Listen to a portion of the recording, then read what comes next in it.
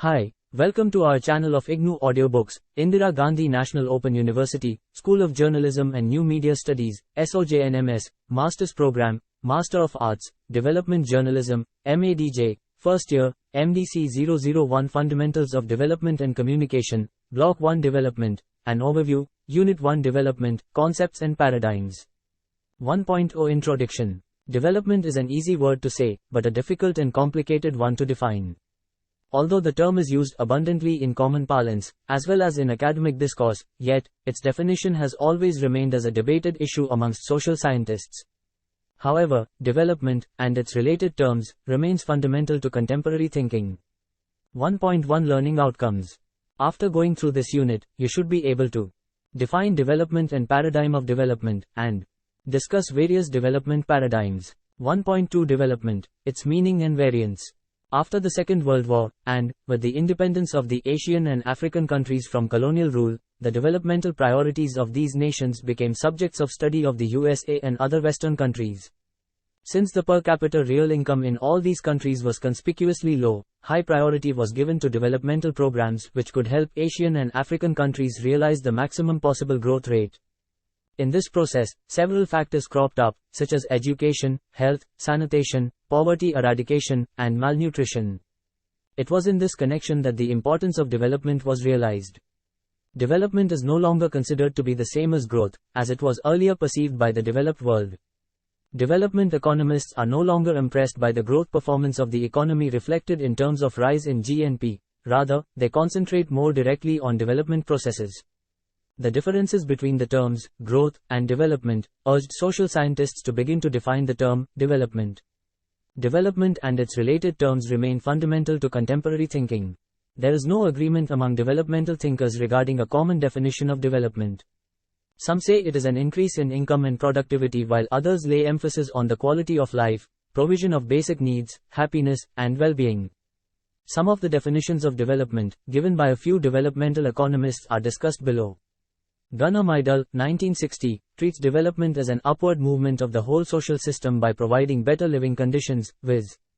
adequate food, better housing, improved facilities for health, education and training, and the general improvement of cultural facilities, which are all desirable.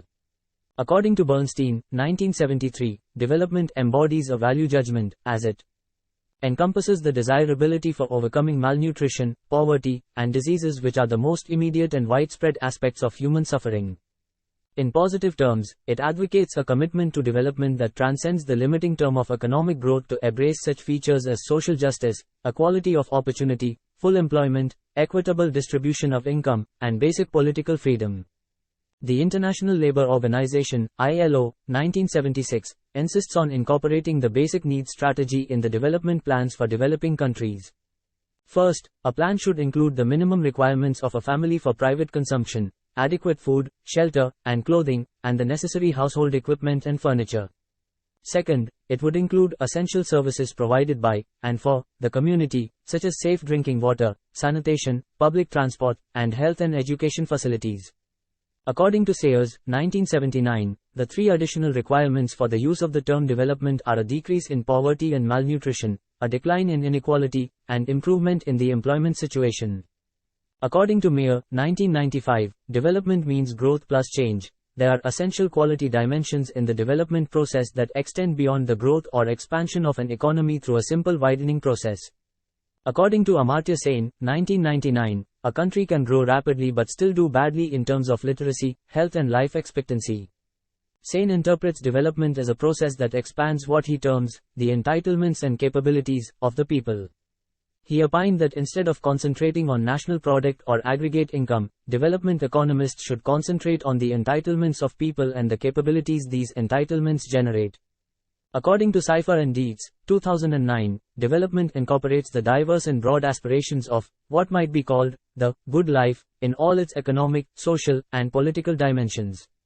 They were of the view that development is about realizing very fundamental human values and finding the means to extend the fruits of these values to the greatest majority of the world's population.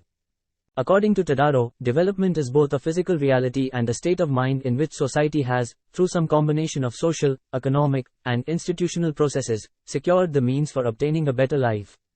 In order to achieve development, all society must have at least the following three objectives. 1. To increase the availability and widen the distribution of basic life-sustaining goods such as food, shelter, health, and protection to all members of society.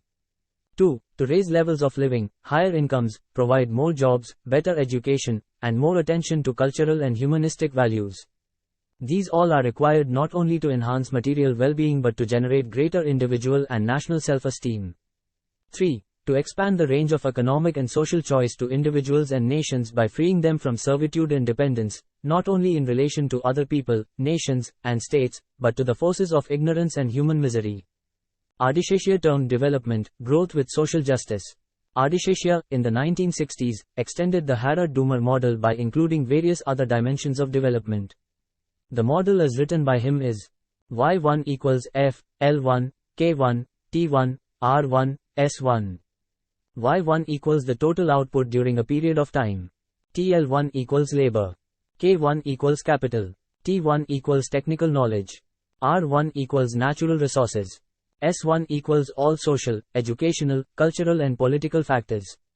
According to Ardishasia, 1990, development is the removal of poverty, unemployment, inequality, illiteracy, and ill health, and is one of ensuring participation in government. The Millennium Development Goals declared by the United Nations General Assembly on September 8, 2000 delineate the paradigm of development for the nation-state. Those are: Group 1, eradication of extreme poverty and hunger. Group 2, achieve universal primary education.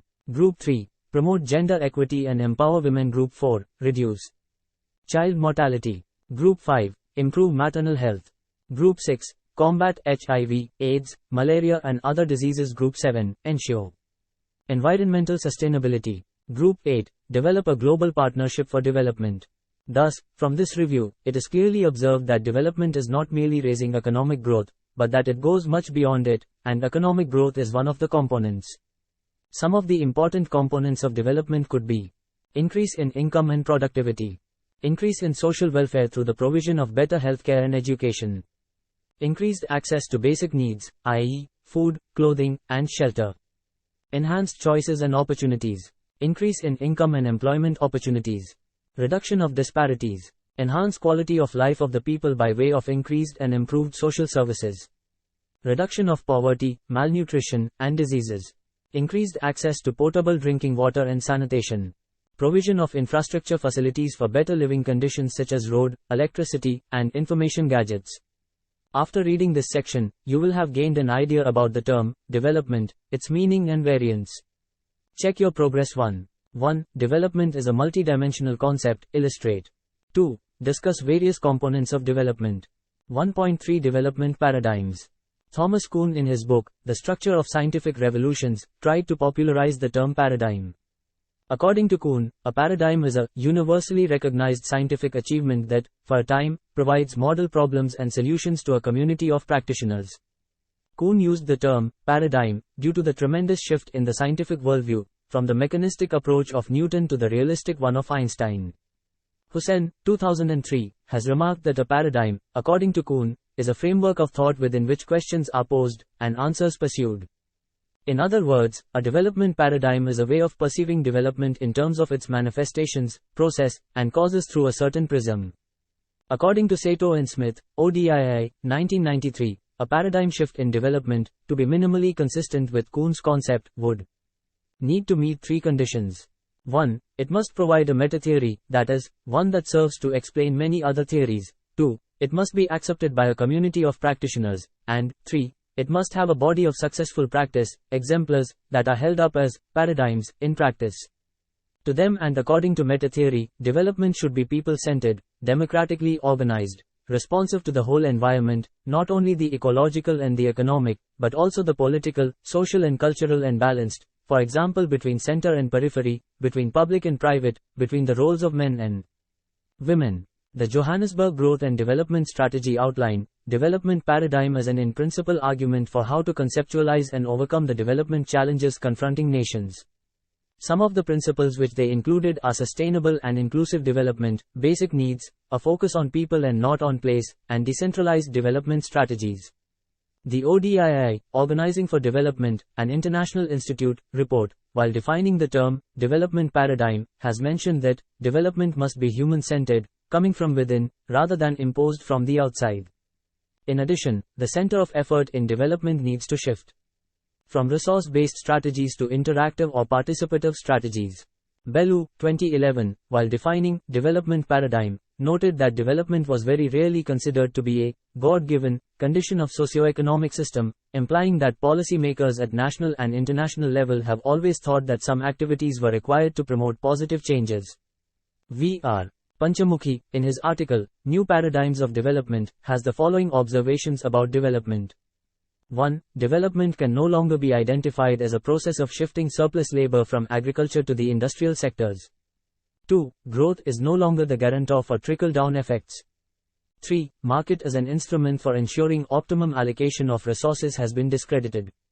4. Concepts such as take-off, big push, great support, backward and forward linkages, have also lost their essence. Therefore, he said that simplistic paradigms of the development economics are no longer valid. The existence of large pockets of poverty, despite a long period of planned development, widening gaps between the haves and have-nots, neglect of the inadequacies of the social aspects of development, such as education, health, and other basic needs, have cast doubts on the utility of received paradigms of development. Development, in the sense customarily perceived as growth and increase in income, no longer persists.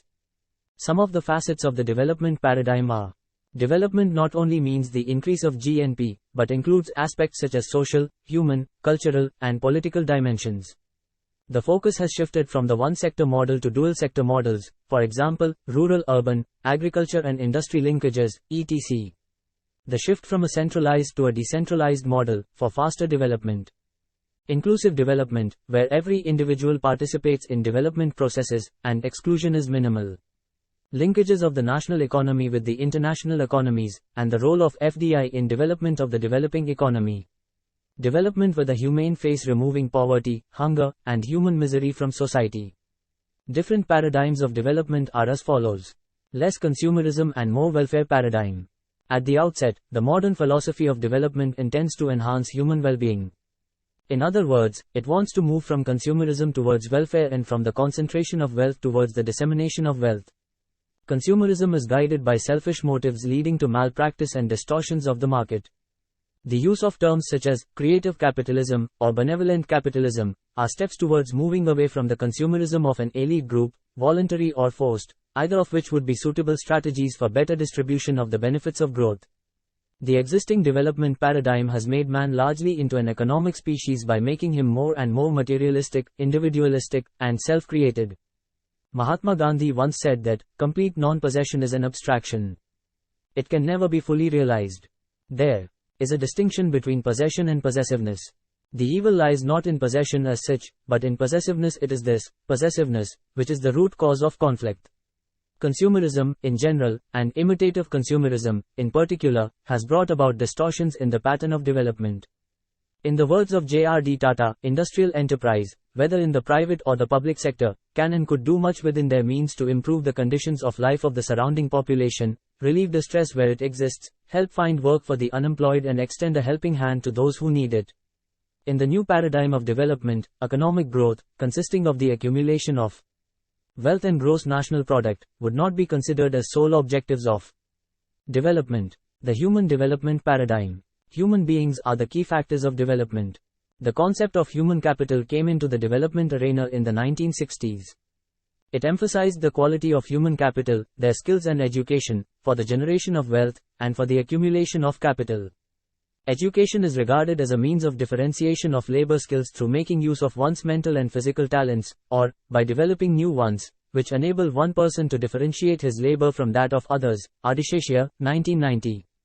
Thus, education is the seed as well as the flower of development. The income and wealth of a person would be better enhanced, not by the accumulation of wealth, but by the accumulation of knowledge. Developed countries like the US, Japan, and South Korea have grasped the importance of human capital better than developing countries. The per capita expenditure on education, and the expenditure on education as a percentage of GDP are much higher in developed countries compared to that of developing countries. Harbinson, 1973, says, human resources constitute the ultimate basis for the wealth of nations. Capital and resources are passive factors of production. Human beings are the active agents who accumulate capital, exploit natural resources, build social, economic and political organizations and carry forward national development. Human resource development is one of the pivotal aspects of development, which promote economic, social and all other development. Human capital plays a significant role in simulating growth. It is the quality of the human beings that counts. It is man who builds up the wealth and fabric of a nation. The UNDP launched its first Human Development Report in 1990 and constructed a composite index called the Human Development Index, HDI. The three important components of HDI are life expectancy representing a long and healthy life, literacy educational attainment, and real GDP representing a decent standard of living. UNDP, 2001, has envisaged that human development is about much more than the rise and fall of national incomes. It is about creating an environment in which people can develop their potential, and lead productive and creative lives according to their needs and interests. It considers that the people are the real wealth of a nation. The National Human Development Report 2001, Government of India, had a consensus and a broad-based view about human development. It viewed development in terms of three critical dimensions of well-being, those that are related to long life, the ability to live long and healthy lives, education ability to read, write, and acquire knowledge, and command over resources, the ability to enjoy a decent standard of living, and have socially meaningful life. Basic Needs Paradigm. The basic needs approach is an attempt to deal directly with poverty in the fields of food, nutrition, sanitation, health, education, and housing. The ILO, International Labour Organization, has indicated two crucial elements in the basic needs approach. First, they include certain minimum requirements of a family for private consumption, i.e., adequate food, shelter, and clothing, as well as certain household equipment and furniture, and second, they include essential services provided by, and for the community at large, such as safe drinking water, sanitation, public transport, health, education and cultural facilities. Todaro, 1977, mentioned that development in all societies must have at least the following three objectives. 1. To increase the availability and widen the distribution of basic life-sustaining goods such as food, shelter, health, and protection. 2. To raise the level of living including, in addition to higher incomes, the provision of more jobs, better education and greater attention to cultural and humanistic values, all of which will serve not only to enhance material well-being but also to generate greater individual and national self-esteem. And 3. To expand the range of economic and social choices available to individuals and nations by freeing them from servitude and dependence, not only in relation to other people, but also to the forces of ignorance and human misery. Social Development Paradigm. Social development is not only influenced by economic development, it also influences economic development. Social indicators such as education, health, women's empowerment, and participation by the socio-economically backward people in the development process would promote faster development. Therefore, social inclusion is, today, considered as one of the important factors of growth and development. The welfare of women and children is not only the responsibility of the family but also of society and the nation. Therefore, national and international agencies have launched many programs for the welfare of women and children. The Integrated Child Development Scheme, ICDS, launched in many developing countries with the support of UNICEF, is an example of preschool education and health care of children, and nutritional care of children and lactating mothers is one of such examples. It is realized that human, or social capital seems to be more significant for development than material resources. In recent years, social capital has become one of the important dimensions of human inputs in community development and well-being. Moreover, social development is influenced by the social norms, values, traditions, etc., which influence development, directly or indirectly. Maiti in his book, Development Ethics, gives 8 components of social capital described in Figure 1. Look at the screen. Figure 1 Social Capital. All 8 components of social capital play an important role in the development processes. Social capital must be emphasized for the speedy socio-economic development of a nation. The agriculture-industry interface paradigm. Development requires a frequent, equity-based interaction between agriculture and industry. In the dualistic growth models, the relationship between subsistence agriculture and manufacturing industry is rarely established to augment growth and development. The modern industrial sector develops by importing labor, capital and raw materials, while agriculture remains a subsistent activity. There is poor connection between agriculture and industry. Customarily, the connection between agriculture and industry is established by the use of unskilled and semi-skilled labor force from agriculture to be used in the industrial sector. In this setup, economic growth and development are referred to as the transfer of the labor force from subsistence agriculture to the market-oriented industrial sector. In other words, this implies that industry is associated with everything that is modern and growing, and agriculture is traditional and stagnant. Agriculture is largely treated as low in productivity, while industry is high in productivity. In other words, industry is considered to be the big brother in the process of development. As a result, in many developing countries, the contribution of the industrial sector is seen to be increasing, while the contribution of the agricultural sector to GDP is either constant, or slow, or even diminishing. As industrial employment goals and per capita income expand, the urban demand for agricultural products increases. This requires a market-oriented agricultural growth, and historically this happens only in a few countries where agriculture faces genuine negligence. Agricultural economists cite the example of Japan from the Meiji Revolution to World War I, when agriculture and industrial development went forward concurrently. Therefore, for balanced development, both agriculture and industry must be interdependent and help one another for their mutual promotion. An example of triangular trade-off between agriculture, industry, and the rest of the world is the Brazilian growth process, from the 1930s to the early 1960s, which is described in Figure 2. Figure 1.2, Brazilian pattern of trade between agriculture, industry and the rest of the world. Look at the screen. In this model, agriculture, A, sells coffee to the world, W, and buys manufacturing products from industry, I, which, in turn, requires capital goods from foreign markets. Another type of interlink between agriculture and industry is the establishment of agro-processing industries for the advancement of agriculture. Figure 1.3, the interlinks between agriculture and industry. Look at the screen. The effective linkage between the agriculture and industries is, today, a development agenda pursued by countries for the concurrent development of both agriculture and industry. Unless strong linkages are established and maintained between agriculture and industry, either sector will face demand bottlenecks, thereby retarding the overall pace of growth and development. Vr. Panchamukhi, 1990, in his analysis remarks that for a large number of developing countries, from 1970 to 1984, there is a significant positive relationship between the growth rate of GDP and the strength of linkages between manufacturing and agriculture, as measured by the elasticity of manufacturing GDP, with respect to agriculture GDP. Therefore, it is being increasingly realized that the strength of the agriculture-industry linkages influences the pace of development, and weak linkages between agriculture and industry would have detrimental effects on both the sectors, as well as on the economy. In the new paradigm of development, this is given serious consideration. Decentralization and development paradigm. Decentralization of functions, functionaries, and funds to the local self-governments has proved to be an effective strategy for development in many countries. The Local Government Declaration to the World Summit on Sustainable Development, held in 2002, maintains that we live in an increasingly interconnected, interdependent world. Local government cannot afford to be insular and inward-looking. In the Indian context, Gandhiji maintained that independence must begin at the bottom, and every village will be a republic of panchayats having full powers. It is, therefore, essential that every village has to be self-sustained and capable of maintaining its affairs even against the whole world. It will be trained and prepared to. Inclusive development paradigm. The concept of inclusive growth and development has gained wider emphasis in many countries, particularly in developing countries, including India. The UNDP, 2008, has defined inclusive growth, laying emphasis on the production and income side of GDP as the process and the outcome, where all groups of people have participated in the organization of growth and have benefited from it. Thus, inclusive growth represents an equation with organization on the left-hand side and benefits on the right-hand side. Inclusive growth is achieving a growth process in which people in different walks in life participate and benefit from the process of growth and development.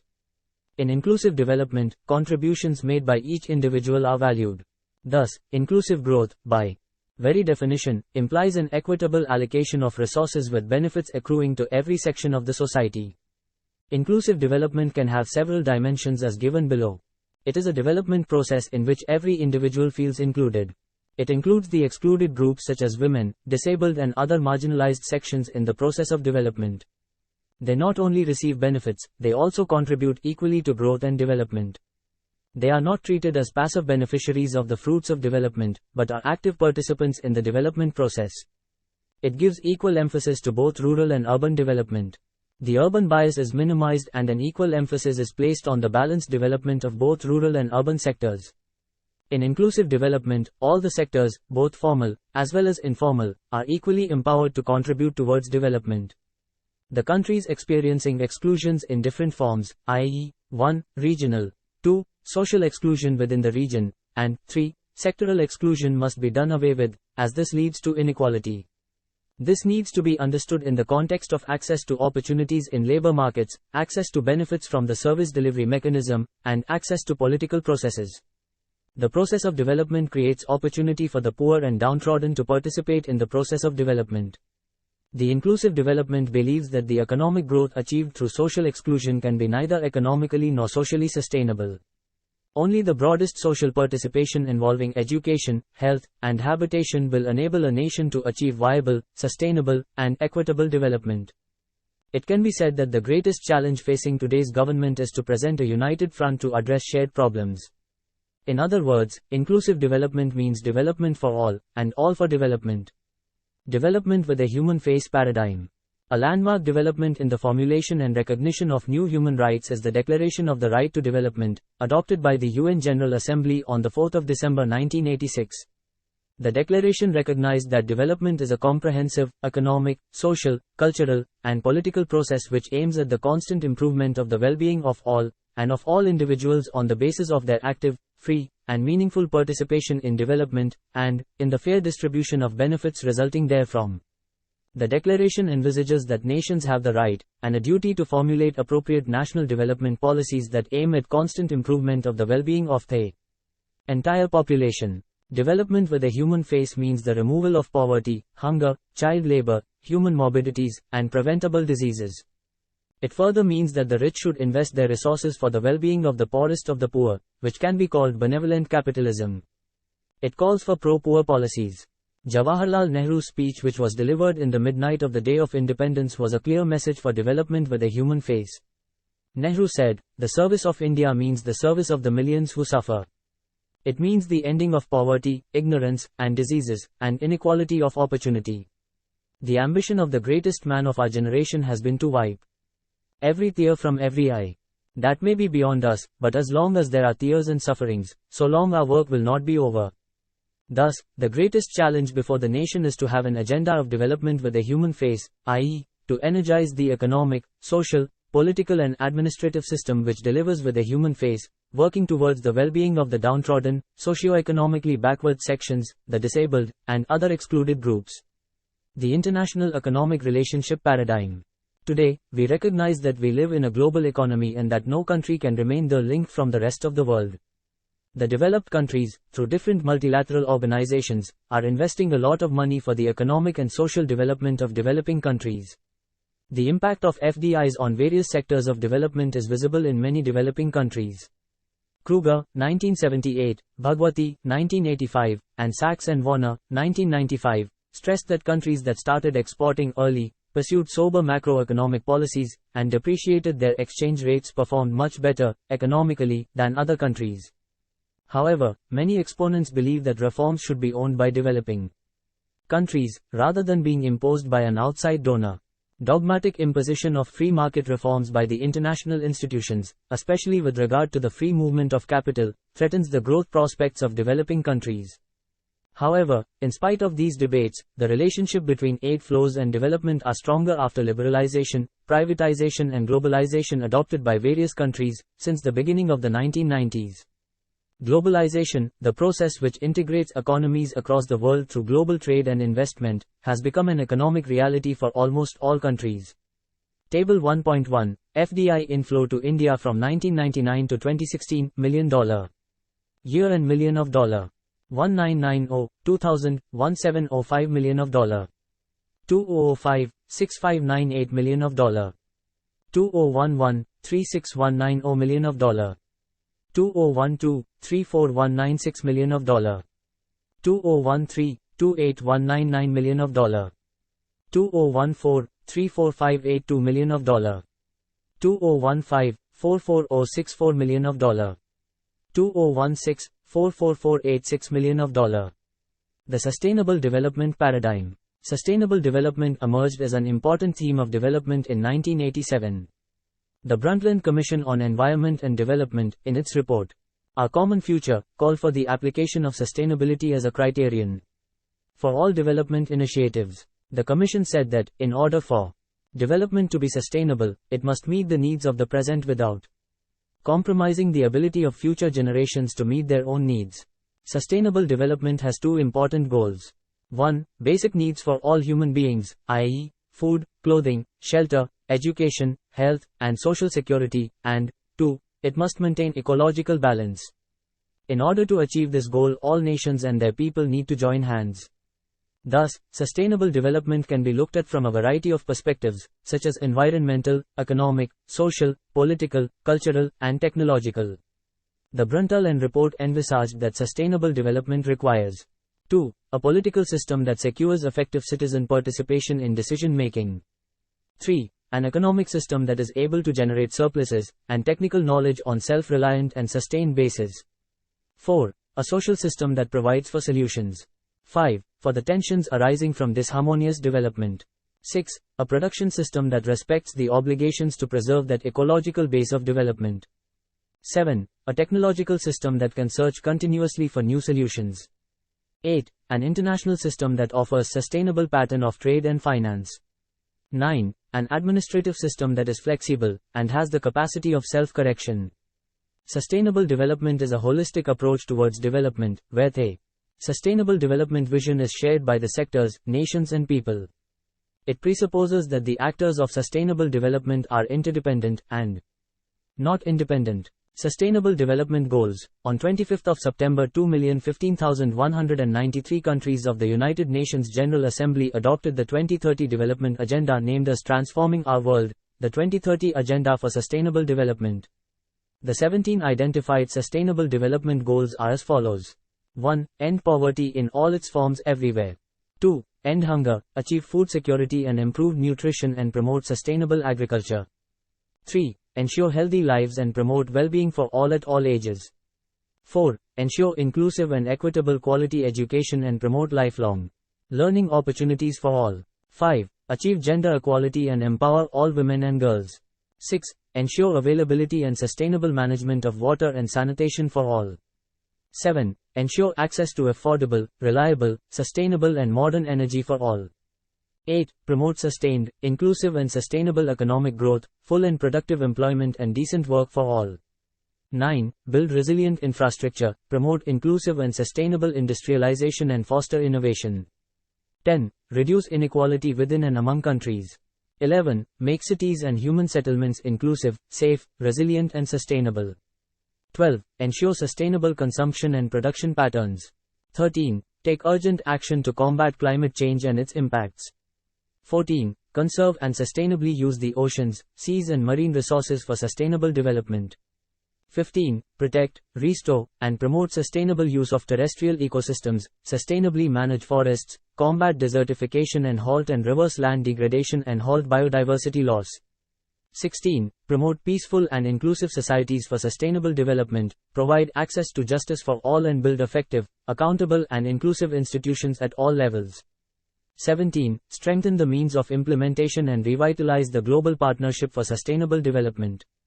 From these various goals it can be concluded that various indicators of sustainable development are poverty, inequality, literacy and education, health, morbidity and mortality, social justice, climate change and environment, women empowerment, food security and sustainable energy.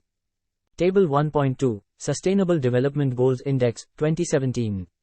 Look at the screen. The Sustainable Development Goals of different countries shows that all the developed countries of Europe rank high in achieving Sustainable Development Goals. The Asian in general and the South Asian countries are lagging far behind. Poverty Reduction Paradigm.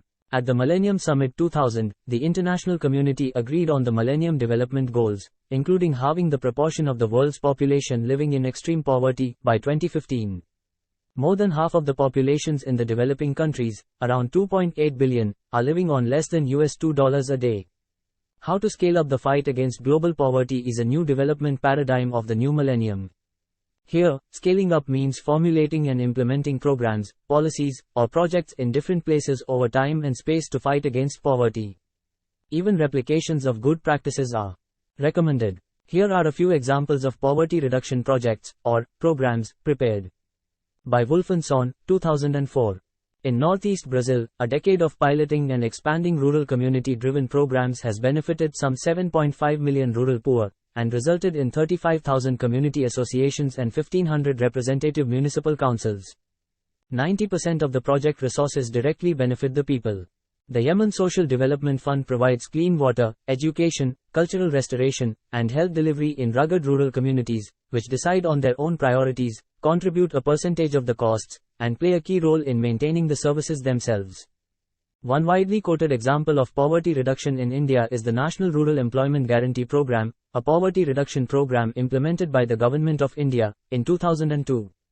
It has provided unskilled employment to millions of disadvantaged people, particularly women, scheduled castes and scheduled tribes in rural areas. It is implemented by the Panchayati Raj institutions. Hussain, 2003, in his article on a new paradigm for overcoming poverty says that, if poverty is to be overcome, what is required is to understand the processes of poverty creation, and to identify the points of intervention in the poverty process through which the poor can be enabled to overcome poverty on a sustainable basis. In this section, you studied development paradigms. 1.4 Summary. Development is an easy word to say, but a difficult and complicated one to define. Customarily, it has two dimensions, quantitative and qualitative. It is also called growth plus change. There are several paradigms of development such as human well-being, human resources development, social development, sustainable development, inclusive development, development with a human face, and the international impact on development paradigms. Thus, development is a multidimensional concept, where the dimensions are interdependent. Thank you. Subscribe to our channel for more updates, and we will see you with the next chapter.